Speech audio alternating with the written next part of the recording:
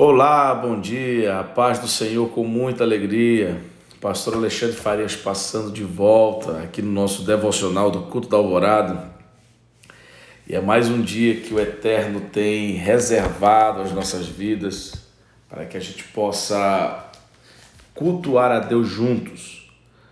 É um privilégio sempre, toda manhã, como eu tenho dito, a gente poder levantar uma voz em oração, poder trazer uma palavra de gratidão pelos benefícios que Deus tem nos dado. Por isso que o salmista disse: diga ao Israel, se não for ao Senhor, os nossos inimigos ou adversários tinham nos engolido vivos. Que nós estamos aqui hoje no nosso culto da alvorada desta quinta-feira. Confesso aos irmãos que eu estou muito feliz, meu coração está muito radiante na presença de Deus, porque é um privilégio muito grande. Tivemos ontem um culto maravilhoso em nossa igreja, em nossa sede. Foi uma bênção. Deus se manifestou de uma forma plena e poderosa. E hoje, nesta manhã, estamos mais uma vez na presença de Deus e mais alegria, mais regozijo, satisfação em Deus. Nós estamos aqui dando mais um tempinho para nossos irmãos irem entrando. E conforme vão entrando, você vai compartilhando essa live, compartilhando este culto online, e você entende que este culto tem sido bênção na vida de alguém, este culto tem sido uma bênção na sua vida. Então você vai compartilhando, as pessoas vão se tornando alvo também das bênçãos de Deus, das bênçãos do Eterno, e com toda certeza somos poderosamente impactados. Dando mais um tempinho aqui, aguardando. Enquanto os nossos irmãos estão entrando, eu quero fazer uma oração de gratidão. Nessa manhã a nossa oração será uma oração de gratidão ao Senhor pelos seus muitos benefícios. Ore comigo, vamos fazer esta oração. Senhor Deus, nós te louvamos e nós te glorificamos. Te louvamos e te glorificamos pela oportunidade de mais um dia estarmos diante de Ti, de mais uma vez contemplarmos a Tua misericórdia sendo revelada a cada um de nós. A Sua bondade, a Sua misericórdia, ela é a causa principal de não sermos consumidos. E estamos nesta manhã no culto da alvorada, sendo poderosamente abençoados pelo Senhor. O Senhor tem se revelado um Deus compassivo e misericordioso. O Senhor tem se revelado um Deus clemente, aonde tem nos socorrido em nossas fraquezas, nos dando oportunidades de não ficarmos detidos em nossas derrotas diárias, mas o Senhor tem nos dado graças para que todos os dias possamos ser alcançados pela Tua vitória, alcançados pela Tua bênção. Assim, Senhor, estes irmãos que daqui a pouco vão entrar, outros que já entraram, outros que vão assistir mais tarde, ele possa também ser alvo de muitas bênçãos do Senhor. Eu oro por cada um deles, não é neste dia, no nosso culto da alvorada, em nome de Jesus. Amém. Graças a Deus. É isso aí, queridos. Com toda certeza, somos alvos das bênçãos de Deus. Porque não existe aquele critério, a gente correr atrás da bênção. Vamos atrás da bênção, vim este culto para receber a minha bênção. Na verdade, todos nós somos alvos das bênçãos de Deus. Quando o Eterno fala no livro de Deuteronômio, que ele diz que a bênção, ela ia nos perseguir, ela ia atrás de nós, é porque a gente se torna alvo dela. Então ela ia me perseguir até me achar. E isso tudo aí é gratificante. Então, queridos, você pode até me questionar dizendo: pastor Alexandre, mas como é que eu sou alvo das bênçãos de Deus? É só você fazer isso aqui, ó. Respirar e ver que mais um dia o Senhor te deu de oportunidade, e com toda certeza a sua bênção está sobre você e sobre sua casa, sobre sua família. Nós temos falado esses dias No primeiro dia do nosso culto da alvorada, eu falei sobre paternidade. Eu falei um pouquinho sobre como Jesus tratava os discípulos e como Jesus revelava a oração, que não era uma oração comum de um judeu, mas uma oração mais específica em relação à oração como ato não apenas de uma falácia, de uma palavras lançadas ao vento, mas de algo de intimidade, algo de profunda intimidade, um ponto principal sobre amar, sobre estar junto. E quando o Senhor Jesus ele ensina os discípulos, ele ensina a primeira expressão de Pai Nosso. Então nós entendemos sobre paternidade, falei aqui sobre misericórdia, falei aqui sobre perdão, falei aqui de se perdoar e não ter vergonha de voltar à casa do Pai, porque o Pai sempre está com a misericórdia estendida para dar a todos nós. Mas eu falei ontem, o primeiro dia eu falei sobre paternidade, ontem eu falei sobre céus, eu falei sobre provisão. Se você depois quiser, está disponível aí no nosso Instagram e também no nosso canal no YouTube, Ministério Alexandre Farias, lá no YouTube. Se inscreva, lá tem vários devocionais, inclusive o culto de ontem, inclusive sobre provisão de Deus, sobre a provisão de Deus todos os dias que Deus dava a Israel através do maná, através da provisão de Elias, através de corvos que levavam pão e carne todos os dias. E eu falo sobre a expressão céus, sobre soberania de Deus, sobre o mundo de Deus, Deus sentado sobre um alto, sublime trono. E é muito forte, é extraordinário, é uma palavra que Deus encheu minha alma e muita gente ontem foi abençoada através dessa palavra. Muitos depois mandaram mensagens para mim no direct, outros mandaram através do WhatsApp, outros mandaram através do Facebook. E foi uma bênção grande, porque as pessoas com toda certeza foram abençoadas com as palavras proféticas que liberamos sobre a vida dessas pessoas. E foi bênção porque Deus se manifestou de uma forma poderosa, gloriosa e majestosa. Falamos sobre paternidade, falamos sobre provisão diária através do maná diário, mas hoje eu quero falar sobre o versículo, capítulo 6, e ainda no versículo 9. No 9 nós revelamos paternidade, no 9 revelamos provisão, e agora vamos revelar um item muito importante, principalmente nos dias de hoje, que a igreja está vivendo. O período em que estamos vivendo hoje é um período muito delicado.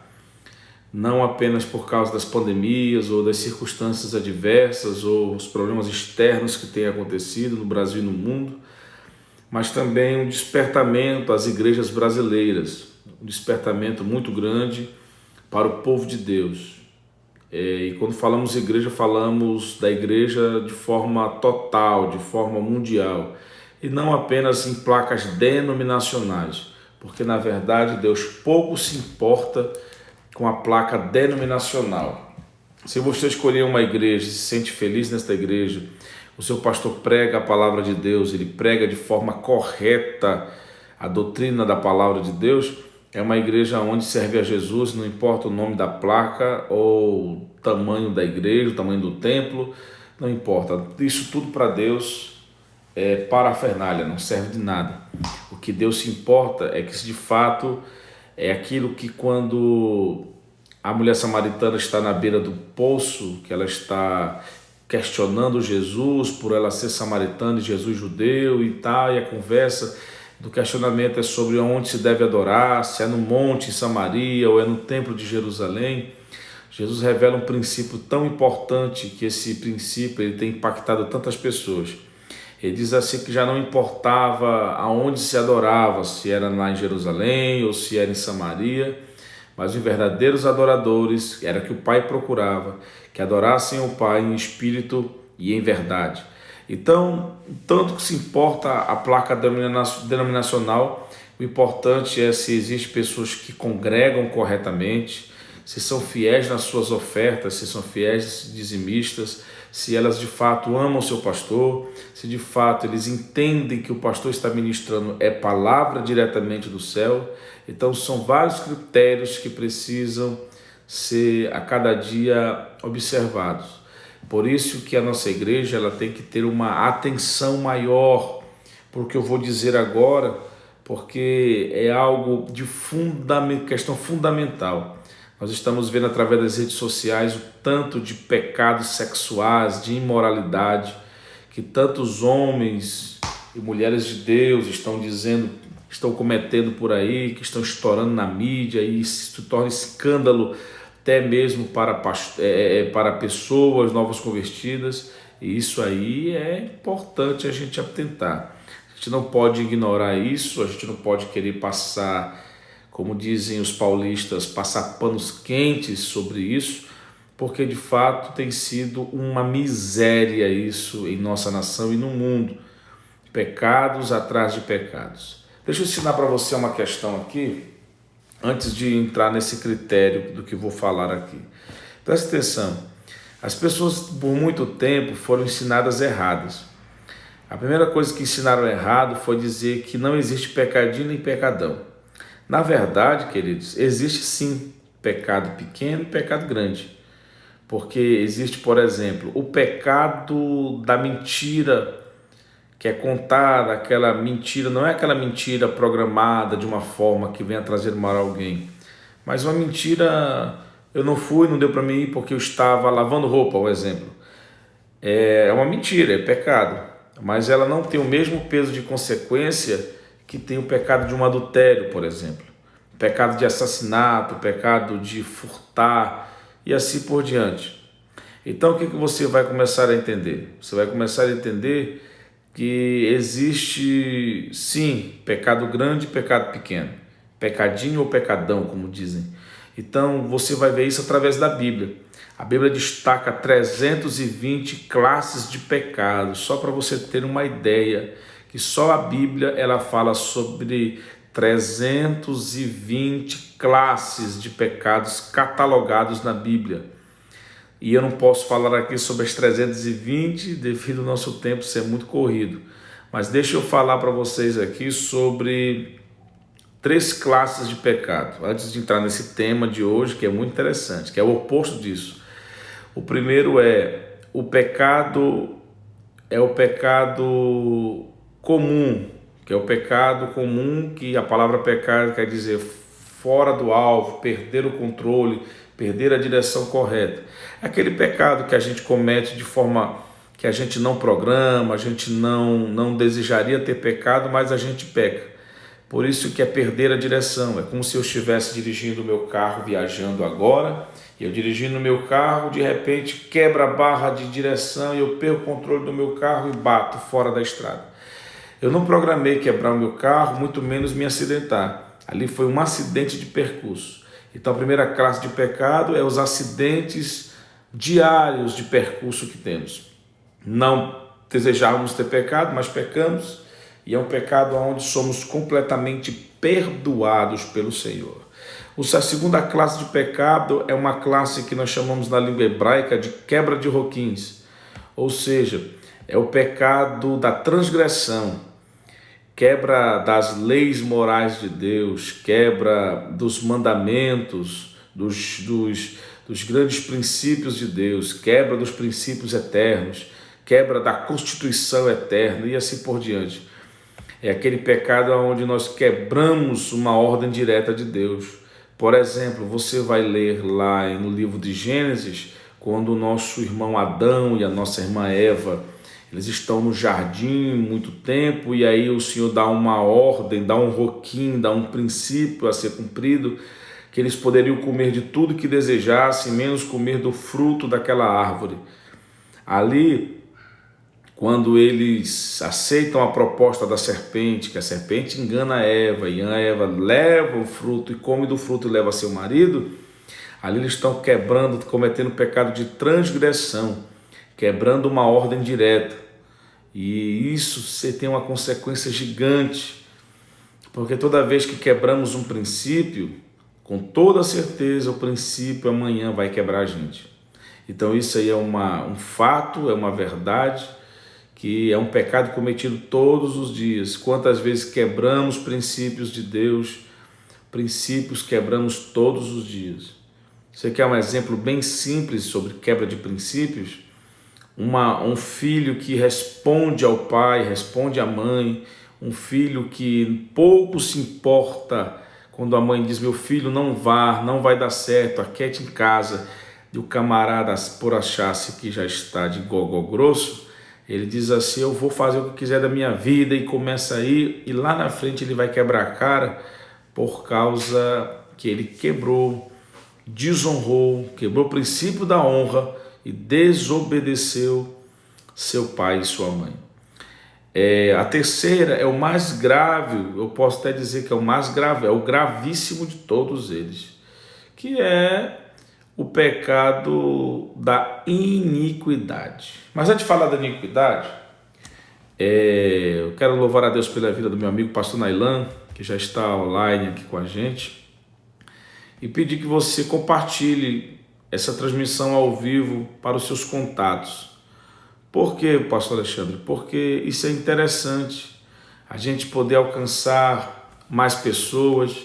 Quando a gente não é conhecido, não é famoso, poucas pessoas entram no nosso programação para poder entender, ouvir e serem abençoadas. Mas se a gente começar a divulgar, a apresentar, a falar, irmãos, daqui a pouco muita gente ela vai participar com a gente dessa transmissão. Eu sei que muitas vezes é por causa do horário, que são 6 da manhã, muita gente ainda está dormindo. Mas muita gente tem assistido durante todo o dia. Pessoas estão entrando no meu Instagram, estão assistindo e sendo abençoados pelo culto da alvorada. A iniquidade, ela é interessante, porque a iniquidade, ela é o pecado pior de todos, que a Bíblia chama de pecados de mão levantada. Pecado de mãos levantadas é um pecado consciente, é um pecado programado. Por exemplo, eu sou um homem casado, muito bem casado, graças a Deus, mas digamos que eu digo assim: rapaz, eu vou atrás de uma mulher, uma amante, um exemplo. Aí eu vou atrás dessa amante, me programo, tenho relações com ela e fico e vivo um caso. Aí eu digo assim: eu vou fazer tudo isso porque eu posso depois pedir perdão para Jesus. Aí eu peço perdão, dobro os meus joelhos, falo com Deus e digo para Deus que eu nunca mais cometo. Aí amanhã eu cometo novamente. E esse pecado, por exemplo, foi cometido por muito tempo, quando o tempo da juventude, os jovens no período em que estão descobrindo a sexualidade, descobrindo o prazer do sexo. Quantos jovens cometem pecados dizendo assim: não, eu só vou lá ficar com aquela menina e quando voltar eu peço perdão para Jesus. Ou então vou me masturbar e depois vou pedir perdão a Jesus. Então isso aí são pecados de iniquidade, é pecado de mão levantada. E é um pecado muito grave, porque é um pecado planejado. Não, eu vou enganar o meu irmão, vou pedir um dinheiro emprestado para ele, vou enganar ele, depois eu peço perdão. Com a falsa ilusão que será perdoado. Você quer um exemplo grande disso? É que o pecado de mãos levantadas é tão grave, de uma tal forma, que muita gente começa a cometer de uma forma tão desenfreada, que tem pessoas que nunca mais conseguem se firmar na fé. Tem gente que desvia da igreja e não consegue mais congregar. E você diz: pastor, mas por quê? É porque cometeram pecado de mãos levantadas, achando que a graça pode ser banalizada. A graça de Deus, ela pode ser banalizada de qualquer forma.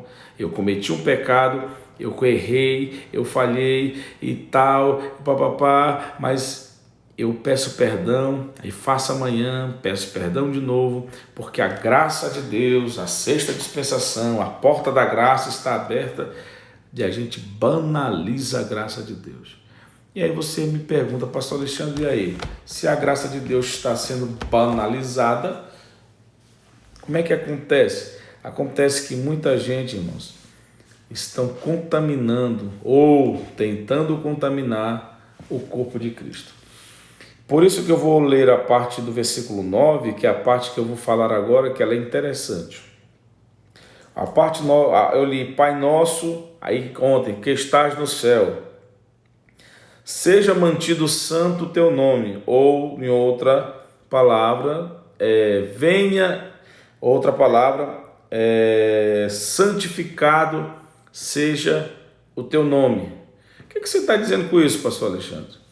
Existe algo básico da vida cristã que você vai entendendo. Toda vez que são 4 pilares que existem na era cristã, que são bíblicos, e se o crente passar por esses 3 pilares, o crente pode ficar tranquilo que a sua vida não é a mesma. Vou te dar um exemplo. A primeira coisa que acontece comigo quando eu encontro Jesus é que eu encontro a salvação, pilar da salvação. Quando eu aceito Jesus como meu Salvador, na verdade, essa expressão está até errada, é quando eu entrego minha vida a Jesus, automaticamente eu encontro salvação dos meus pecados através do sacrifício perfeito de Jesus na cruz do Calvário. É o primeiro princípio. Número 2, depois que eu sou salvo, eu vou passar pelo segundo pilar chamado justificado, ou justificação. Assim como eu sou e contra a salvação, eu sou salvo, depois sou justificado de todos os meus crimes que cometi contra Deus. Tudo que cometi contra a eternidade, cometi contra a santidade de Deus, eu sou justificado. Por isso que Paulo, escrevendo aos Romanos, Paulo diz: quem intentará acusação contra os escolhidos de Deus, se é Deus que os justifica? Então, aqui recebemos justificação. Depois que passamos pela justificação, nós vamos para algo mais delicado. Porque além de eu ser salvo, encontrei Jesus, eu sou justificado dos meus pecados, e agora eu vou entrar para a seguinte questão. Eu vou entrar para a regeneração.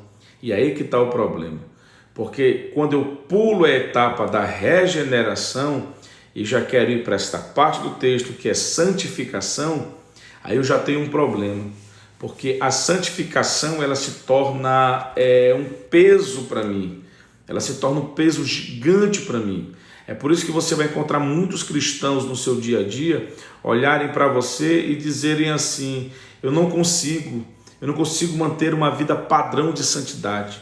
Eu não consigo ter uma vida diferenciada, uma vida separada para Deus. É um peso muito grande. E se torna peso porque as pessoas pulam a terceira etapa.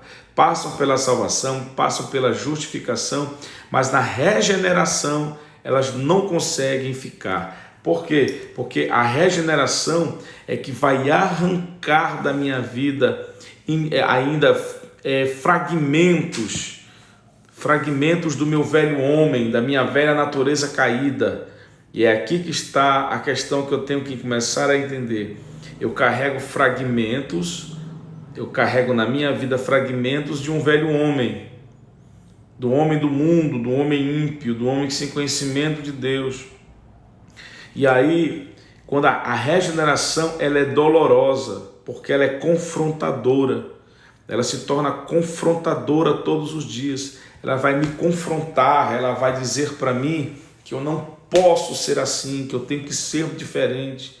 Por exemplo, eu tenho que mudar o meu linguajar, eu não posso mais ter palavras torpes na minha boca, eu não posso mais ter palavras pornográficas na minha boca, eu não posso mais liberar palavras de murmuração, de maldição, de xingamento, porque a regeneração está me dizendo que eu preciso ter uma boca consagrada ao Senhor, que da minha boca não pode sair fonte de água salgada ou fonte de água doce ao mesmo tempo. Eu tenho que tomar uma decisão, a minha boca tem que ser uma boca de bênção e não de maldição. E para isso, só a regeneração correta que eu entendo pela palavra de Deus, essa regeneração vai sarar da minha vida essa ferida causada pelo pecado. O pecado me fez um homem murmurador, xingador, falador, mas a regeneração pelo poder da palavra de Deus, ela vai arrancando de mim essa boca que murmura, que xinga e que fala palavras torpes. Porque só a palavra de Deus ela tem o poder de transformar o meu linguajar. Você pode ter conhecido alguém que muitas vezes você via a boca dessa pessoa, era uma boca de tanta maldição, maldiçoava filho, mãe, xingava todo mundo, e hoje você só vê palavras saírem, palavras transformadoras, palavras de vida, uma boca que não fala mal de ninguém. Aí você vai entendendo que essa pessoa passou por uma regeneração, e quando ela chegar no terceiro pilar, que é a santificação, ela não vai ter tanta dificuldade de ser santa diante do Senhor ou ter uma vida diferenciada. Por quê? Porque ela entendeu lá do princípio a regeneração. Ela não pulou o estágio da regeneração. Por que você vê hoje, infelizmente, gente, isso é tão dolorido que eu vou dizer agora, mas você vê tanta gente dizer assim: eu prefiro fazer negócio com qualquer tipo de pessoa do que fazer negócio com crente. Crente é bicho enrolado. Acho que você já ouviu pessoas falarem sobre isso. E a gente fica triste porque, de fato, no meio da igreja de Cristo existem pessoas que têm grandes falhas no seu caráter. Pessoas que compram e não pagam. Pessoas que fazem negócios truculentos. Pessoas que fazem negócios mal intencionados. Olha, eu vou te contar só uma história para você ver, não tentando dizer que sou melhor do que ninguém jamais. Quem me conhece sabe, porque eu não tenho esse tipo de vaidade. Mas te contar um testemunho. Há uns 5 anos atrás, mais ou menos, eu tinha um determinado carro que era, gente, só Jesus nesse carro. Esse carro para andar era uma dificuldade, era um Fiat Uno. E eu me lembro que esse carro já estava me dando muito prejuízo e eu estando dor de cabeça com esse carro. E eu fui na garagem de um irmão, pedi para esse irmão para ele avaliar o meu carro, quanto custaria esse meu carro. Isso há uns 5 anos atrás. Quanto custaria esse carro? E acabou de entrar aí o pastor Abdias ali do Rio de Janeiro, meu amigo particular, meu amigo de muitos anos. Seja bem-vindo, pastor Abdias. O senhor mora no meu coração, você sabe disso. Então eu levei esse carro para esse irmão avaliar. E o irmão falou que o meu carro não valia nem 3 mil reais. Irmão, saí de lá, eu fiquei com uma tristeza tão grande. Ele disse: ó, e eu não tenho nem interesse, se eu te comprar esse carro daqui para a garagem, eu vou te comprar mesmo só para te ajudar. E eu fiquei triste, saí muito arrasado de lá, mas quando eu já estava saindo no carro, ele disse assim: mas quem sabe Deus não vai enviar alguém, pastor, ainda hoje, para comprar esse seu carro. Eu me lembro que eu lavei o carro, tirei umas fotos, botei na OLX, com mais ou menos 30 minutos que estava fazendo a propaganda lá na internet, alguém entrou em contato. Marcamos um encontro ali na cidade de Paraupebas, na Praça do Cidadão, aí em frente ao Templo Central da Assembleia de Deus Missão, do pastor Fenelon. E quando eu cheguei lá, eu me lembro que o homem ficou olhando o carro e ele perguntou, e tinha um irmão comigo, que era um maestro da igreja, que estava comigo, ele disse assim para mim: gente, vocês que estão entrando, vão divulgando aí, vão compartilhando o vídeo, vão convidando seus contatos para participar com a gente. E eu me lembro que ele começou a perguntar como era o carro e eu comecei contando todos os defeitos do carro. O carro tem esse defeito, esse defeito, esse defeito. E o maestro que estava comigo, o irmão que estava comigo, que era o mestre da igreja, disse assim: pastor, o senhor está louco, pastor. Como é que o senhor vai vender uma coisa falando mal da coisa, pastor? Não pode. O senhor tem que dizer que o carro está bom e passar esse carro adiante. Eu peguei e disse: não, meu irmão. Se eu não quero o mal para mim, eu não quero que ninguém me engane, eu também não vou enganar ninguém. Se for da vontade de Deus vender esse carro, ele vai comprar o carro e vai procurar ajeitar. Então ele vai saber qual é o defeito do carro, sim. Porque eu tenho que procurar fazer minhas coisas de forma correta, para amanhã ele não vir bater na minha porta e me chamar de pastor safado. Eu me lembro que eu contei todos os problemas do carro, ele comprou o carro, depois mandou ajeitar o carro, e eu fui dormir de cabeça feliz, de cabeça tranquila no meu travesseiro, porque eu entendi que a regeneração fez parte da minha vida. Então, meu caráter deturpado, do velho homem, da velha natureza, como Paulo escrevendo aos Efésios, ele diz que eis que as coisas velhas se passaram e eis que tudo se fez novo. De fato, Acontece isso quando eu entendo que a regeneração faz parte de mim. Existe uma palavra que Martinho Lutero, reformador da igreja, Lutero diz que ele achava que o velho homem dele morreria no batismo das águas, mas ele descobriu que o miserável sabia nadar. Então todos os dias ele tinha que matar a velha natureza dele, o velho homem que estava vivendo dentro dele.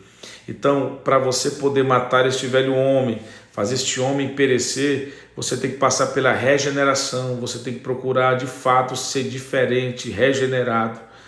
Aí depois que a gente chega ao período da regeneração, a gente vai para o quarto pilar, que é o pilar da santificação, que é onde Deus deseja que todos nós que fazemos parte do corpo de Cristo tenhamos esta colocação, esse estilo de vida santificado.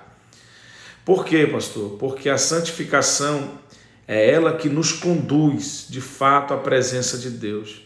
A santidade, ela é o oposto da profanação. Por exemplo, quando a Bíblia diz que eu tenho que manter meu corpo, alma e espírito santificados ao Senhor, Ele está dizendo, você precisa estar bem com Deus. E como é que eu me santifico? Se a santificação significa separados para Deus, automaticamente, se eu estou santificado, se eu estou santificado, estou separado para Deus, automaticamente eu entendo que eu pertenço a alguém, a um dono, eu sou servo de alguém. Como disse o apóstolo Paulo na carta aos Romanos, ele diz, eu sou escravo de Cristo, eu tenho um Senhor sobre mim, eu tenho alguém que tem poder sobre a minha vida. Então aqui você vai entender que é a santificação que faz eu reconhecer que eu preciso a cada dia ter uma vida mais próxima ao Senhor, me separar de coisas que desagradam o coração de Deus, me separar de coisas que entristecem o Espírito Santo, de coisas que não estão de acordo com a palavra de Deus. E aí tem uma ideia muito melhor. O que é que Deus abomina? O que é que Deus não gosta? O que é que Deus rejeita? Como eu vou saber? Através da palavra de Deus, através da constituição do céu, você vai descobrir coisas que Deus não gosta, coisas que Deus abomina. O que é que Deus abomina? Deus abomina o adultério, então eu não posso ser um adúltero. Deus abomina a prostituição, então eu não posso ser prostituto. Deus abomina a palavra torpe, então eu não posso ter palavra torpe. Deus abomina, digamos, que eu venha lesar o meu irmão, enganar meu irmão, então não posso lesar o meu irmão. Deus odeia um negócio que a gente comete todo dia, a mentira. Deus não ama mentira, porque ele diz que quem mente é filho do diabo, então Deus odeia a mentira. Então a partir de hoje eu vou odiar também a mentira, eu não posso dar mais credibilidade àquilo que Deus não gosta, aquilo que não faz parte do caráter de Deus, que nós chamamos na teologia do caráter moral de Deus. Se não faz parte do caráter moral de Deus, eu não posso também querer na minha vida. Nós vivemos um embate hoje no mundo secular da briga entre cristãos, da briga entre certos grupos ativistas, por exemplo, ativistas do LGBT, por exemplo,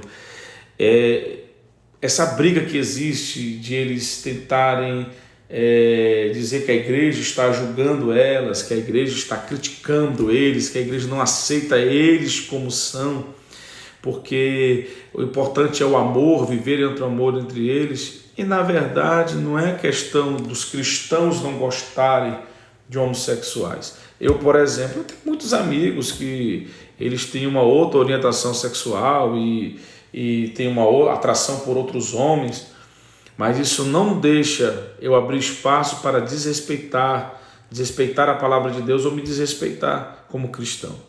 Então você vai vendo essa briga que existe muito grande, aí as pessoas dizem porque os crentes querem ser melhor do que os outros. E na verdade não é isso. Na verdade é porque a palavra de Deus está dizendo que isso é errado. A palavra de Deus está dizendo que isso é contra a vontade, a natureza e a lei moral de Deus. Aí eu digo assim, não é contra a lei moral de Deus? É. Mas espera aí, gente. Se a palavra de Deus está dizendo, Não quer dizer também que eu não posso ser amigo de alguém, ou falar com alguém, ou pegar na mão de alguém, cumprimentar alguém, mas o detalhe principal mas a pessoa tem que saber o meu posicionamento. Meu amigo, você tem a sua orientação sexual, você faz o que você quiser da sua vida, mas a palavra de Deus diz que você está errado. Jesus te ama de uma forma completa, mas Jesus abomina a prática que você comete também. Isso é ter uma vida diferenciada através da santificação. Então, queridos, quanto mais eu consigo entender que eu sou uma pessoa que tenho esse compromisso de ser separado, não amar o que Deus odeia, por isso que a Bíblia diz: quem ama o mundo constitui-se inimigo de Deus. Isso não é papo de religião evangélica, isso é o poder da palavra de Deus, é a palavra de Deus que me orienta. O Dr. Billy Graham diz que a palavra de Deus é tão poderosa que ela é mais atual do que o jornal que ainda vai sair amanhã. Então, se a palavra de Deus, que tem tanto poder, aí você quer rejeitar esse poder, você quer rejeitar a manifestação do poder da palavra, peraí, gente, não pode. Santificação, estou separado exclusivamente para Deus. Eu não posso deixar aquilo que mancha a moralidade de Deus manchar a minha vida. Por isso que a Bíblia diz: santificado seja o teu nome, porque quando eu me identifico como servo de Deus, eu estou me identificando também como alguém que carrega o nome de alguém. Esses dias eu estava fazendo uma comparação na igreja. Eu acho que a diaconisa Lídia, que está aqui assistindo o nosso culto da Alvorada, ela lembra do que eu falei. Eu falei uma vez na igreja que se eu vier agora para uma BR, para uma PA ou para uma BR agora, vestido como estou aqui agora, e mandar carros pararem, os carros não vão parar. Mas se eu me fardar, colocar uma roupa da polícia, me vestir com a farda militar e der ordem para os carros pararem, os carros vão parar. Aí eu fiz uma pergunta na igreja: será que eles me respeitaram ou respeitaram a autoridade que está sobre mim através da farda? Aí os irmãos disseram: conforme é verdade, respeitaram a farda. Por quê? Porque um policial, quando está fardado, está revestido do poder do Estado. Da mesma forma somos nós. Santificado seja o teu nome. Por que temos que ser santos? É porque a gente carrega o nome de Jesus sobre as nossas vidas. E toda vez que eu começar a cometer pecados que vão desviar a moralidade da moralidade de Deus, é automático. As pessoas vão logo dizer: e é porque é crente, é porque só vive na igreja, é porque serve a Deus, é porque só fica falando de Jesus. As pessoas vão julgar. Por isso, santificado seja o teu nome na minha vida. Esse é o desejo. Que isso seja um fato e uma verdade todos os dias. Acabou de entrar aqui o meu amigo Jones Batera, o Jones ali da cidade de Brasília, meu amigo, meu irmãozão. Ele sabe que eu tenho ele como o meu irmãozão. Jones, Deus te abençoe. Então, queridos, que isso faça parte da minha vida todos os dias. Santificação. Santidade, é isso que Deus deseja. Se fosse colocar um slogan bem grande hoje, e eu vou ter agora, o pastor Nailan está conosco aqui, que é um pregador dos Gideões Missionários da Última Hora. Ele tem pregado nos grandes congressos desse Brasil. Viu, Nailan? Eu desejo que as igrejas mudassem os temas de congressos e colocassem santidade já. É tempo de santidade. Porque precisamos viver esse tempo de santidade. É isso que as igrejas precisam propagar através dos slogans, através dos congressos, das conferências. Como o pastor Abdias, que é pastor presidente ali no Rio de Janeiro também. Põe esse tema, pastor, na porta da sua igreja: santidade já. Porque é o que precisamos. Estamos precisando urgentemente vivermos este avivamento. Mas só vamos viver esse avivamento quando a igreja parar de ser banal. Parar de ser uma igreja sem princípios, igreja sem caráter. Quando vivemos com caráter, com princípios e santidade, vamos ser diferentes e as pessoas vão ver Jesus em nós e vão mudar de vida. Queridos, essa é a palavra deste dia, é a palavra deste devocional. A palavra é santidade. Santificado seja o teu nome. Mas a santidade só se torna real na minha vida quando eu passo pela salvação, justificação, regeneração. Aí santidade faz parte da minha vida todos os dias.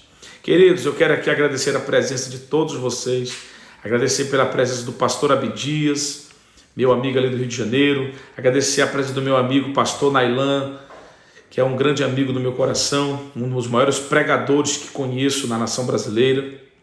Agradecer a presença do meu amigo Jones, meu amigo que eu chamo ele humildemente de Cacaroto, ali da cidade de Brasília, meu amigo, que já bebemos tantas Coca-Cola juntos, todas as 5 horas da tarde era sagrado o Johnny chegar lá com a Coca-Cola bem gelada para a gente tomar. Agradecer a presença da diaconisa Lídia, do diácono Jadson, que são meus obreiros aqui da igreja. Agradecer a presença de todos vocês que depois vão assistir, as pessoas estão assistindo muito durante o dia. Eu tenho recebido muitas mensagens, pessoas que vão acordando, vão entrando no meu Instagram e vão assistindo. Gente, Deus abençoe vocês de uma forma poderosa. A nossa live já está terminando, as entrevistas vão começar a partir de segunda-feira que vem, vão começar as entrevistas. Eu vou até acertar com o pastor Nailan, para o pastor Nailan nos dar uma palavra poderosa essa semana que vem. Enfim, queridos, Deus abençoe sua vida. Eu vou fazer uma rápida oração e acredito que o nosso dia vai ser extraordinário na presença de Deus. Coloque a mão sobre o seu coração. Vamos fazer uma oração pela sua família. Senhor Deus e Pai que estás nos céus, nós te louvamos e te glorificamos porque ministramos aqui sobre santidade. É a palavra final que o Senhor tem dado à sua igreja antes do arrebatamento. É que todos nós andemos em santidade, porque a santidade tira o mundo de todos nós. Quando o Senhor disse à nação de Israel, santificai-vos hoje, porque amanhã farei entre vós uma grande obra. Senhor, traz este avivamento, esta grande obra sobre a nossa igreja brasileira, mas através disso, faça através da santidade. Limpe os púlpitos das nossas igrejas. Tire, Senhor, tudo aquilo que é impuro de nossas igrejas, que nossas igrejas vivam um avivamento pleno e poderoso, que possamos ser poderosamente incendiados pelo Senhor. Pai, fica conosco neste dia, e que este dia possa ser um dia também de santificação, e que continuemos a fazer a obra que o Senhor tem colocado sobre os nossos ombros. Assim nós oramos, em nome do Senhor Jesus, te agradecemos, abençoando a cada dia, Senhor, a família de cada pessoa que está nos assistindo esta manhã no culto da alvorada. Assim nós te agradecemos, no nome santo de Jesus. Amém e amém. Queridos, é isso aí. Amanhã é sexta-feira, estaremos de volta com o culto da alvorada às 6 horas da manhã. Convide alguém, avise alguém, mande um convite, mande lá, entre no meu Instagram, lá tem um cartaz, lá tem um vídeo fazendo convite para o culto da alvorada. E este culto tem sido abençoador. Ontem, uma pessoa aceitou Jesus como Salvador. Ontem, após a transmissão, alguém assistiu o nosso vídeo e essa pessoa depois entrou no nosso direct dizendo que entregou a vida ao Senhor Jesus. Então é isso. Vamos produzir, vamos trabalhando devagar, que com certeza logo, logo estaremos chegando a muitos e muitos corações, não apenas aqui no Brasil, mas em muitos lugares do mundo. Que Deus te abençoe, tenha um dia maravilhoso, e que o Eterno te abençoe e te guarde, resplandeça o rosto sobre ti e te dê a paz. Que Deus te abençoe na pessoa de Jesus.